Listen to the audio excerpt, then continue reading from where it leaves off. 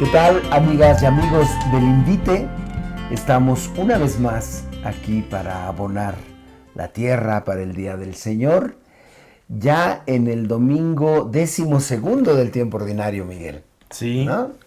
sí. Regresamos a la lectura Del del Evangelio de Lucas después de esta pausa entre Cuaresma y Pascua. Una pausa es Bueno, una digo, intensidad. claro, no, me refiero al paréntesis de la Paréntesis. lectura continuada del Evangelio de Lucas, ¿no? En ese sentido, pausa, pero claro, ya lo hemos comentado, es un chubasco. Es un chubasco, ¿no? Es maravilloso.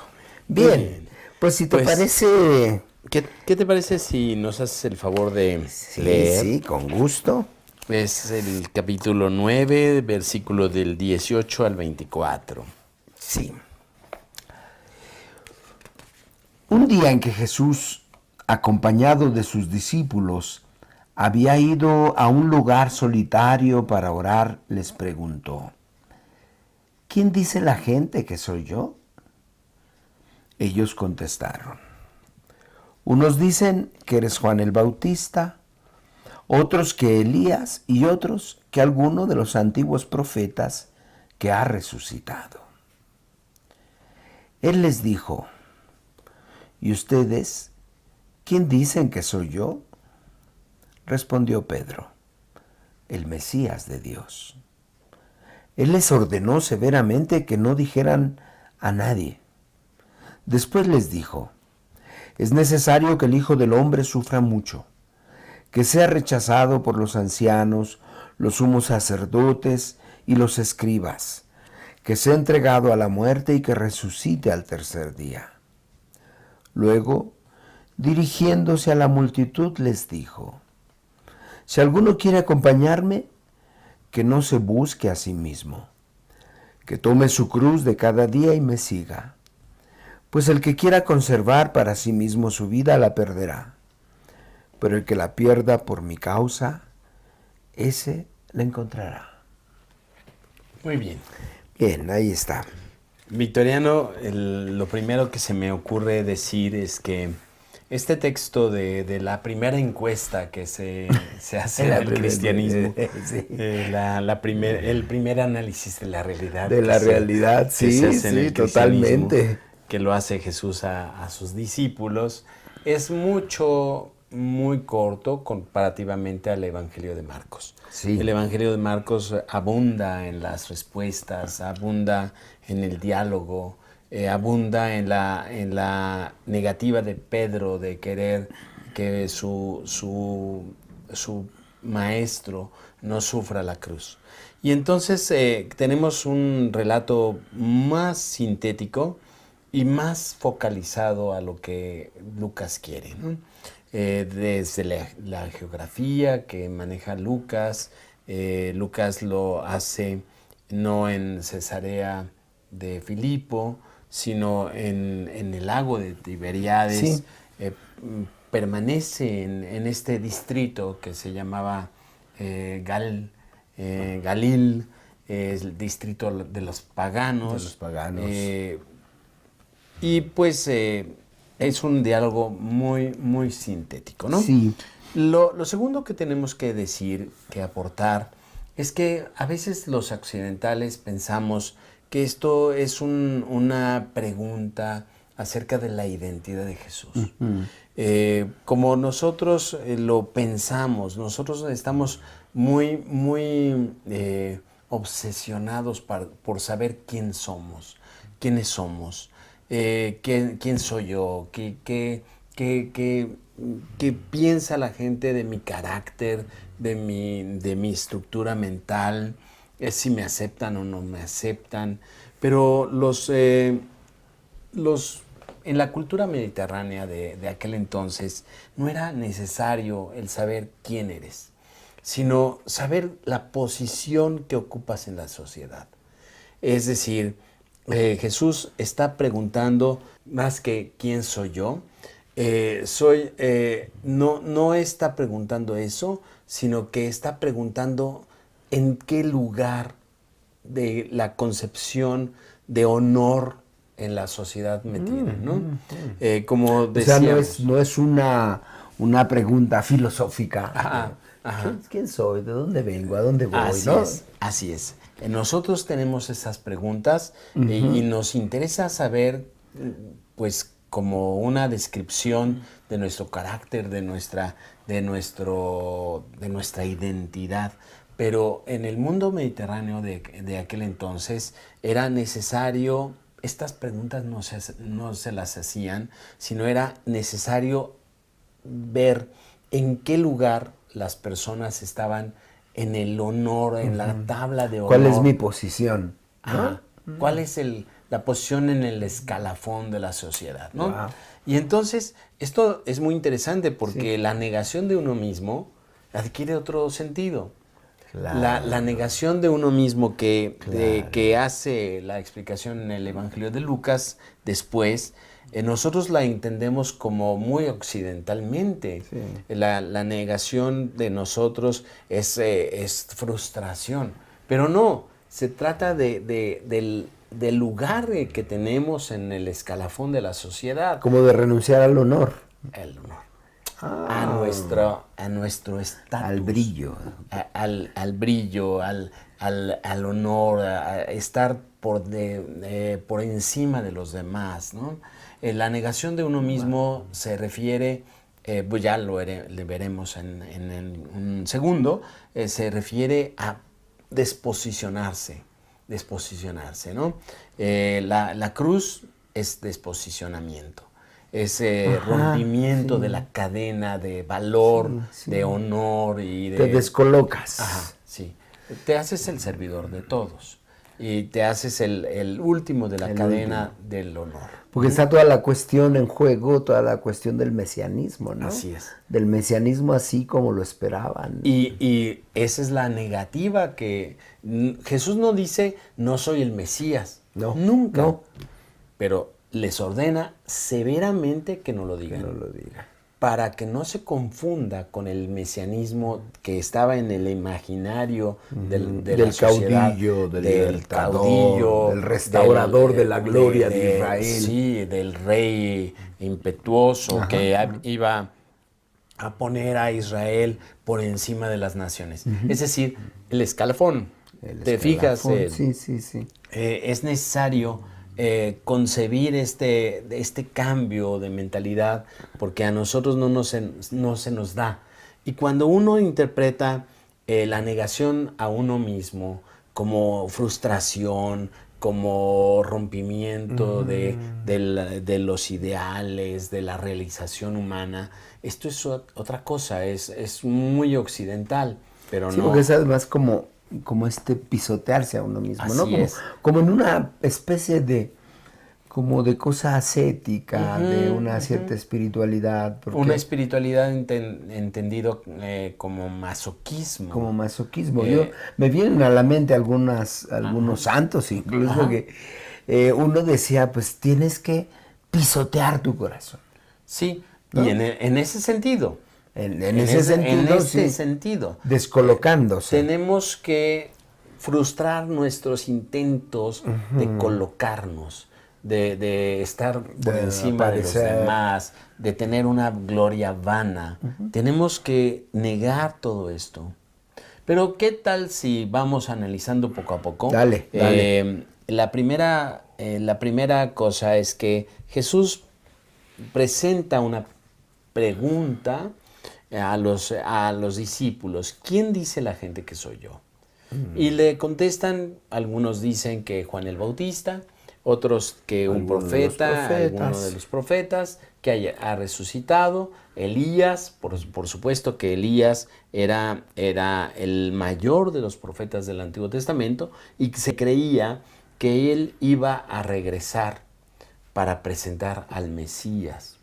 Y entonces, bueno, Elías, según la tradición hebrea, no había muerto, sino que había sido arrebatado al cielo. Te acordarás de este pasaje de Elías y Eliseo, que Eliseo le dice, dame la mitad de tu espíritu, y le dice, cuando me veas subir, si me si me visualizas, si me pescas. Sí, y te voy a... Y es muy interesante porque lo pierde de vista, pero se encuentra con la túnica. Y la fantasía o la teología hebrea era que Elías iba a regresar, y por lo tanto los hebreos hasta la fecha, en el ritual de la Pascua judía, en el Seder, hay un momento en que manda el patriarca de la familia a abrir la puerta para que entre Elías. Y le tienen allí la copa, su lugar. La copa, el plato, la copa, el platón del Seder es para que coma Elías. Y entonces esto es una esperanza mesiánica, y por lo tanto era lógico que en tiempos de Jesús se pensara que él podría ser o Juan el Bautista, que había resucitado, Elías, para poner en orden todo violentamente, o Elías o alguno de los profetas que había resucitado, ¿no? Elías que había regresado, o alguno de los profetas que había resucitado. Pero no se trata efectivamente de la persona, sino del lugar que ocupan estas personas. Los profetas tienen un lugar en el honor del pueblo, y entonces se piensa, la gente piensa, Lucas pone esta encuesta terminando la multiplicación de los panes, que en el jueves de Corpus leímos. Y entonces este es el capítulo siguiente, el episodio siguiente, y entonces la gente está entusiasmada por ver el milagro del pan, por ver que sacia a la gente, y pues es un acto verdaderamente interpretado como político, porque esta persona es un caudillo, es una persona que nos va a dar de comer a todos, en un momento en que los judíos estaban padeciendo mucha hambre. Sí. La dominación romana, aunada a la guerrilla, aunada a una crisis económica, aunada a los diferentes periodos de escasez, daban por resultado el hambre en el pueblo. Y entonces era lógico que si Jesús multiplica los panes, la gente dice, de aquí soy, ¿no? Aquí nos afianzamos y te proclamamos rey para que nos des pan. Y Jesús lo dice, ¿no? En el Evangelio de Juan. En el Evangelio de Juan.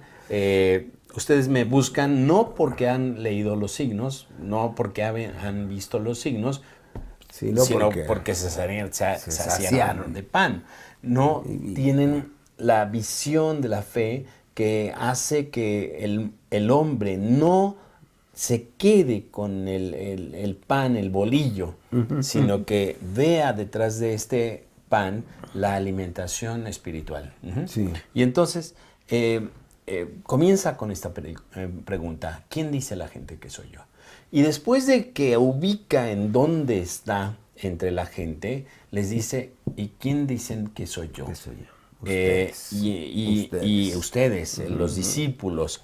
Y le dice, él les dijo: ¿y ustedes quién dicen que soy yo? Respondió Pedro: el Mesías de Dios. El Mesías de Dios. En el Evangelio de Marcos hay un diálogo muy fuerte de Pedro con Jesús acerca de esto, pero en el Evangelio de Lucas es muy escaso, es el Mesías de Dios, el Mesías de Dios. Y entonces él les prohíbe, les ordena severamente que no lo digan. No porque no lo sea. La comprensión, la autocomprensión de Jesús llega a este punto máximo. En el Evangelio de Marcos es el capítulo 8, que parte agua entre la pregunta de quién es este hombre. Y a partir del capítulo 8, que dice Pedro: tú eres el Mesías, el Hijo de Dios vivo. Y todo el resto del Evangelio, a partir del capítulo 8 hasta la Pasión, es una explicitación de lo que es esta declaración. De esta declaración, ¿no? Pero en Lucas no parte agua, sino que Jesús ordena severamente que no lo digan. No lo digan. Esto se ha llamado el secreto mesiánico. El secreto mesiánico es una frase técnica para analizar el Evangelio de Marcos, ¿no? Pero este secreto mesiánico nosotros lo podemos entender como que Jesús no quería decir que es el Mesías para que no se confundiera. Para que no hubiera una falsa expectativa. Así es. Para que no se confundiera con las expectativas que tenía el pueblo acerca del Mesías. Porque él no iba a ser un caudillo, no iba a ser un guerrillero, no iba a ser un rey a la manera de este mundo. Y lo vemos cuando entra con sus apóstoles, a sus discípulos a Jerusalén antes de la Pascua, que todo mundo lo aclama y todo mundo lo quiere coronar rey. Y Jesús dice, me retracto, me voy. Entra con el burro, como lo decíamos en la Semana Santa, el Domingo de con Ramos. este burro último modelo, y entonces era un borrico. Un borrico sin montar, pero Jesús entra a Jerusalén y la gente cree que ya va a reinar. Y Jesús llega al umbral del palacio y dice, no tengo nada que hacer, me voy, porque es necesario que yo padezca la cruz. Y entonces en este episodio de Lucas, surge algo que es como una enseñanza para todos nosotros. Jesús está preguntando qué lugar ocupo en la sociedad.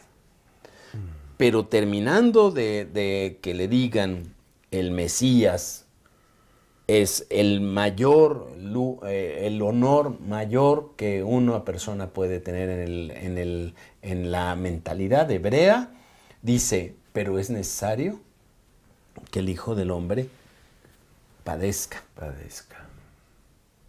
Sea crucificado y resucite al tercer día. ¿Cómo lo dice Lucas? ¿Me puedes decir? Sí, Lucas dice, es necesario que el Hijo del Hombre sufra mucho, que sea rechazado por los ancianos, los sumos sacerdotes y los escribas, que sea entregado a la muerte y que resucite al tercer día. Utiliza Lucas una expresión hijo de hombre. Hijo de hombre. El hijo del hombre o hijo de hombre en Juan significa un ser casi divino. Es un ser que viene del cielo.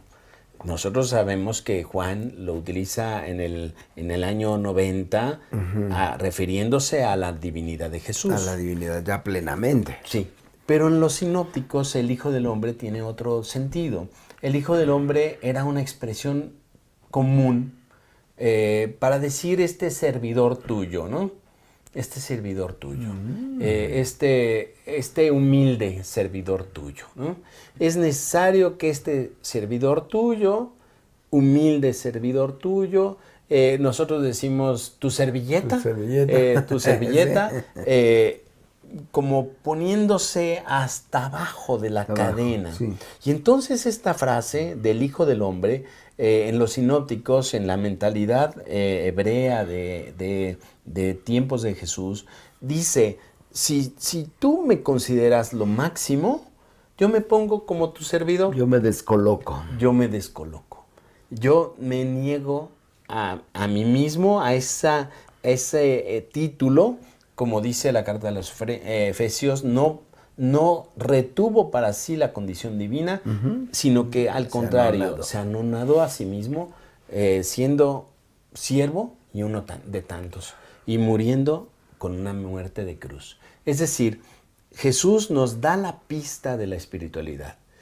El negarse a sí mismo es descolocarse, es no tener planes. Nuestros planes los podemos tener, por supuesto que es un Siempre, error siempre no tenemos planes. tener planes, Claro. pero hay que estar dispuesto a que los planes los haga como quiere Dios, ¿no? Los comprima o los amplíe o nos o lo le cambie la dirección. Cambie la dirección. ¿Por qué? Porque en esta cadena de honor nosotros somos el Hijo del Hombre, somos el menor, el servidor de todos. Aunque nosotros somos, por ejemplo, tú y yo, sacerdotes, que la gente nos coloca en un honor muy grande, hay que descolocarse continuamente. Sí. El catequista que retiene su ser catequista y lo reivindica, pues está haciendo lo contrario de lo que Jesús nos dijo. Es decir, te tienes que descolocar, tienes que hacer pedazos tus planes para parecerte al Hijo del Hombre, al servidor de todos, que tiene que padecer y que tiene que morir, pero resucitar. Jesús les está diciendo a sus apóstoles, porque está referido este versículo a sus apóstoles, a sus discípulos. Ustedes tienen que darse cuenta que si ustedes hacen nada, siguen siendo lo máximo. El que quiera ser el primero, que sea el último. El querer ser el primero no se quita, sino el mecanismo para ser el primero es el ser el último. Y el servidor de todos. Porque no se quita el proyecto de una vida plena, no se quita el proyecto de una vida feliz, pero el mecanismo que utiliza Dios y que nos lo enseña es la felicidad rompiendo esta cadena de honor. ¿Sí me explico? Sí. Y se voltea a Jesús, a la multitud, dice, luego dirigiéndose a la multitud, les dijo, ¿nos puedes hacer el favor de leer? Si alguno quiere acompañarme, que no se busque a sí mismo, que tome su cruz de cada día y me siga. Pues el que quiera conservar para sí mismo su vida la perderá, pero el que la pierda por mi causa, ese la encontrará. Perfecto. Estas son palabras maravillosas que son el centro de la espiritualidad cristiana. Decíamos en la Semana Santa que la cruz no es lo que te cae encima, ¿no? Ajá. Ya ni modo. Ya ni modo. Que Dios sabe por qué lo hace. Sí, sufro. Es tu cruz, Miguelito. Sí. Acéptala. Tú eres mi cruz. Yo soy tu cruz. Acéptame. Mi suegra es mi cruz. Tu suegra es tu cruz.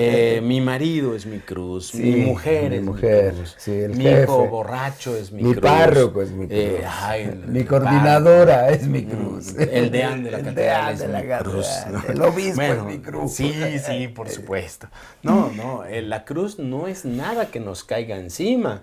La cruz es una voluntad expresa nuestra que da un tinte a la vida, que planifica la vida. La cruz, en pocas palabras, es el gesto de entrega de nosotros en los momentos y en las circunstancias que tengamos. Si yo tengo una enfermedad, la enfermedad no es mi cruz.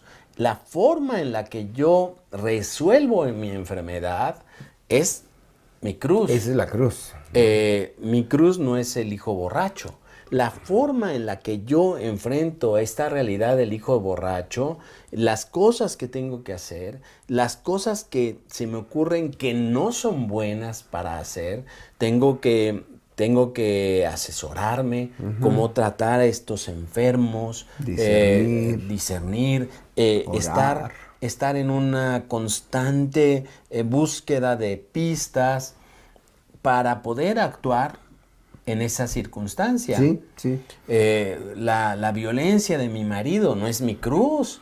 Yo tengo que discernir o tengo que prepararme cómo hacerle para enfrentar la violencia de mi marido. Y el autoritarismo de los jefes no es mi cruz. Yo tengo que ver cómo hacerle, y ese es mi cruz, para ser generoso, para perdonar, para ser compasivo, para buscar el cambio. Porque incluso ahí hay que descolocarse, Así ¿no? es, En, así es. en estas lógicas como de víctima, como Ay, de pues, qué pues bueno esto, que lo apuntas. pues esto es mi, pues ya, comadre, pues ¿qué le voy a hacer? Así Dios quiso. sí. No, No, o sea, te tienes que descolocar. también lo decías a propósito del honor y de esta escala de brillo, pero también de la posición de víctima en la que muchas veces nos acomodamos, ¿no? La posición de víctima nos sirve para brillar. Claro, Es una tranza, sí, sí, sí. es un engaño, Es es un un engaño. embuste. Me acuerdo La- de la... Sí. disculpa, pero... No, no, adelante. Es que me acuerdo de la canción de Chava Flores. Ah, sí, por Que supuesto. decía, ¿te acuerdas de Martita la piadosa? ¿No? Es decir, ella ahí toda linda, toda ordenada, toda Es un servicial, embuste. toda... Es un embuste. Porque eso le da brillo, la hace sentirse bien, sentirse la buena. En este evangelio no hay ni buenos ni malos. Y con una retribución del entorno, Ah, de sí, qué cierto, barbaridad, sí, porque cierto. es Ay, el bueno, es la buena. pobrecita. Sí, la ¿Cómo abnegada. sufre? Ay, el marido Sí, que le tocó. sí, que le tocó. Bueno, le salió en la cajita de cornflakes, ¿no? Sí, ándale, le tocó en el sorteo. Tocó. En el sorteo. Me tocó este hijo mío, bueno, en el sorteo, en la rifa En del la tigre, rifa, ¿no? sí. Bueno, hay que desmantelar esta serie de proyectos personales para entrar en un proyecto de Dios. El proyecto de Dios, no, mijito, cambia, haz lo posible, Sí, transforma tu realidad. Y para eso te doy el Espíritu Santo. Déjate liberar, ¿no? Déjate liberar, porque escucha mi palabra. el proyecto de Dios es de libertad. Así ¿no? es. Y la cruz, qué importante, ya lo decías a propósito del Viernes Santo, pero qué importante poderlo subrayar Sí. nuevamente, que la esencia de la cruz es la libertad. Es, decido, asumo, le doy la vuelta, esto que decíamos en algún otro video, resolver el conflicto. Así es. Resolver el conflicto. Justo descolocándome de estas lógicas donde aparezco con más brillo, o me parece, me da la impresión. Es un embuste, ¿no? Porque no es. De que estoy con más brillo, sí, ¿no? sí. Entonces, eso es la esclavitud. Vivimos mucho tiempo educados de otra manera, educados en una mentalidad, al menos los mexicanos, porque es muy típico de Latinoamérica esta mentalidad, al menos los que hemos sido conquistados por países, hemos vivido en un embuste de sentirnos los aplanados, los vencidos, y los que no podemos opinar, los que no podemos decir, lo que hablar, el Señor diga. lo que el Señor diga. Aquí me tocó de vivir, ¿no? Sí, en realidad es un embuste porque hay un uso ideológico de ciertos tópicos que se acomodan bastante bien, ¿no? Pues súfrele aquí, sé pobre, llora, desespérate, fatígale, porque hay en el cielo a lo mejor. Sí, para no trabajar. Para no trabajar también. Para no hacer la lucha, sufrir todo con pasividad, en mediocridad. Pero el cristiano no puede ser en mediocre. No puede vivir en la lógica de la fatalidad. Así es. ¿No? Así está escrito, así mandó Dios, ¿no? Así es. Es increíble que, bueno, no es increíble, es justo lo que estás diciendo, como ante las adversidades de la vida, ante las circunstancias que nos ponen fuertemente en tensión, que nos exigen, uno resuelva diciendo, pues quién sabe qué quiere decir Dios. No, bueno. ¿no? Dios nunca habla. Esa es la voluntad de Dios, pero Así no sé. nunca habla Dios. Ajá. La gente se pregunta, ¿qué querrá Dios? No. Y nunca entiende la respuesta. Dios te está hablando, está hablando, está hablando. No te preguntes qué quiere. Escucha. Fórmate, trabaja. ¿no? Sal. Ve por más. Ajá, sí. Esto que decíamos, el 10. Ah, el 10. No el 6, no el 6.5, el Ajá. 10, más para Sí. allá, ¿no? Hay muchos proyectos en la iglesia que se quedan durmiendo el sueño de los justos, porque la gente dice, ¿querrá Dios que yo haga caridad? Que organice las despensas en mi parroquia. En el Sheol. Me voy a esperar a que me diga Dios si lo quiere o no lo quiere. No. Lánzate. Comienza, sacúdete. Dale, síguelo. Sí. ¿No? Avanza. Rompe tu inercia, Sí. rompe tu tristeza, rompe tu pasividad, descolócate de lo que eres y ya Dios te irá diciendo a través de la historia y a través de la jerarquía y a través de muchas cosas, te irá diciendo que sí y que no. Pero por lo pronto, si nosotros hubiéramos contemplado esperando una señal para comenzar estos videos, pues nos hubiéramos muerto y no hubiéramos hecho nada, ¿no? A ver si es voluntad de Dios. Jesús no quiere esto. No quiere frustrarnos. Frustra nuestros proyectos, pero para darnos vida. Y la frustración de nuestros proyectos. Para ir por más, ¿no? Porque si lo pensamos, nuestros proyectos tienen un alcance muy... Sí, egoísta. Muy acá, Sí. muy a cortoplacero, muy pequeñitos. La otra vez cuando alguien me decía, oye, pero, wow, qué bárbaro, te metiste de cura y a todo lo que tuviste que renunciar. Ah, pues sí. ¿No? A todo lo que tuviste que renunciar. Y esta vida de abnegación. O sea, y la verdad es que yo decía, no, Dios me sacó del anonimato. Sí. ¿No? Sí. Me llamó a más. Ajá. Y eso hace con todos. Y eso hace no con solo todo. con los curas, no nada más con los sino curas, con todos. todos. Estás llamado a ir por más. Ajá. ¿No? A no estar ahí comprométete en la cosa gris, en el lloriqueo, en el lamentar, ay, qué mal nos va. No, ¿qué nos toca hacer? ¿Cómo cargamos la cruz? ¿Qué significa ponerme al último? ¿No? Quien quiera seguir ganar su vida, la perderá. La perderá. Perder es una expresión que habla de que se te va la vida entre las manos, ¿no? Pasas los días y los días y los días y estás perdiendo tu vida. Quien quiere ganar su vida, la perderá.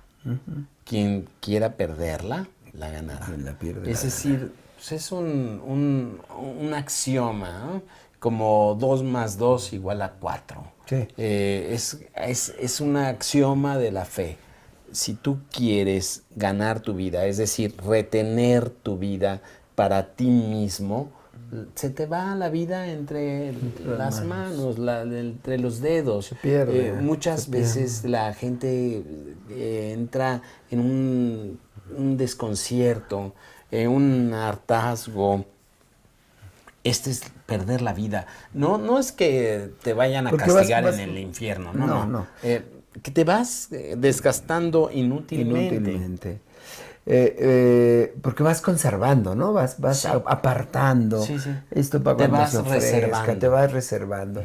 Y el Papa lo decía, el Papa Francisco decía, no tenga guardado ahí el perfumito que más le gusta, ese caro, ese que huele tan rico. Y cualquier día es bueno para ponérselo, úselo. Sí. Úselo, ¿para qué lo quiere ahí guardado, no? Sí, sí. Los zapatos, no sé qué.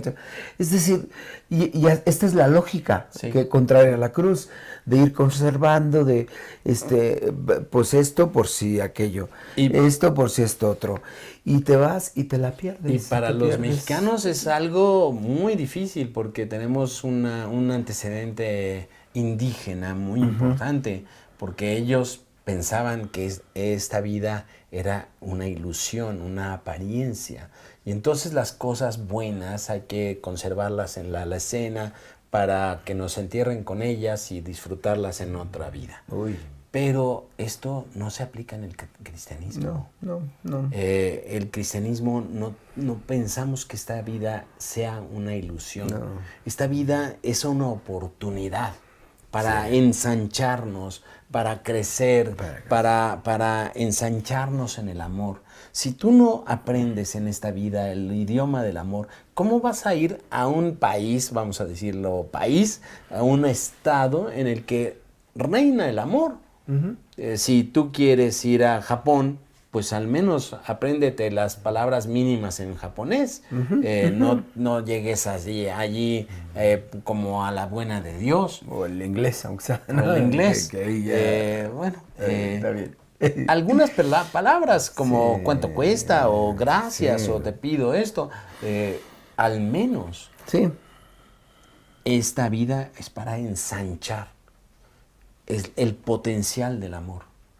Hay que hacer muchas experiencias de perdón, de comprensión, de tolerancia. Hay que estar de aceptación, de negarse a reservarse. Quien quiera gastar su vida, la encontrará. Lo encontrará. Y quien quiera retener, la perderá. ¿Qué te parece? No, fabuloso. Fíjate que visto así, pues te abre el panorama. Sí. Quiero decir, aquí como lo pone San Lucas, pues te da mucho sentido. Así es. Incluso con todo lo que veníamos hablando y reflexionando a propósito del Evangelio de Juan, ¿no? Así es. O sea, de ser el último, del amor hasta el extremo, de asumir la cruz, es luminoso. Muy bien. ¿No? Pues, Victoriano. Pues Miguel, ahí está, amigas, amigos. Ahí está la invitación del maestro de seguirlo en esta lógica de la cruz, de descolocarnos de la vanidad, del embuste de los honores, ¿no? Del embuste de los honores. Y de los antihonores, ¿no? Y de los antihonores también en la posición de víctima. Pues muy bien, amigas, amigos.